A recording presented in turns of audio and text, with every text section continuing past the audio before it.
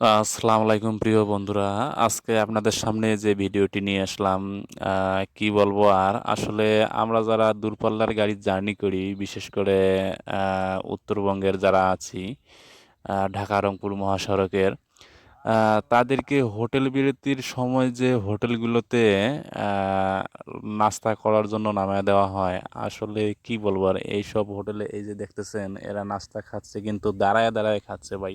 বসার মতো কোনো ব্যবস্থা নাই এবং যে খাবারগুলো খাচ্ছে সেগুলো কিন্তু মানসম্পন্ন আ বলা চলে না। যে রুটিগুলো খাওয়া হয়, যে রুটির সাথে যে ডাউলগুলো দেয়, আ আসলে এই যে বিশেষ করে যে নির্ধারিত যে একটা মূল্য আছে, হ্যাঁ?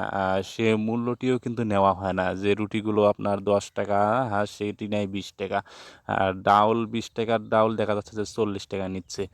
আ এবং ওই যে ফুটপাতের যে দোকানগুলি আছে, হ্যাঁ? আমরা যদি এটি লক্ষ্য করি, এগুলোর মধ্যে যদি আপনি একটা চা খাইতে যান, ৳১০ র চা নিবো ৳২০, একটা কফি খাইতে যাবেন ৳২০ র কফি নিবো ৳৪০ এবং আ আপনার যে বাকি যে জিনিসপত্রগুলো আছে, এটির গায়ে যে মূল্য আছে, এগুলোর কোনো মূল্য নেই, হ্যাঁ? ওরা যা বলবে তাই।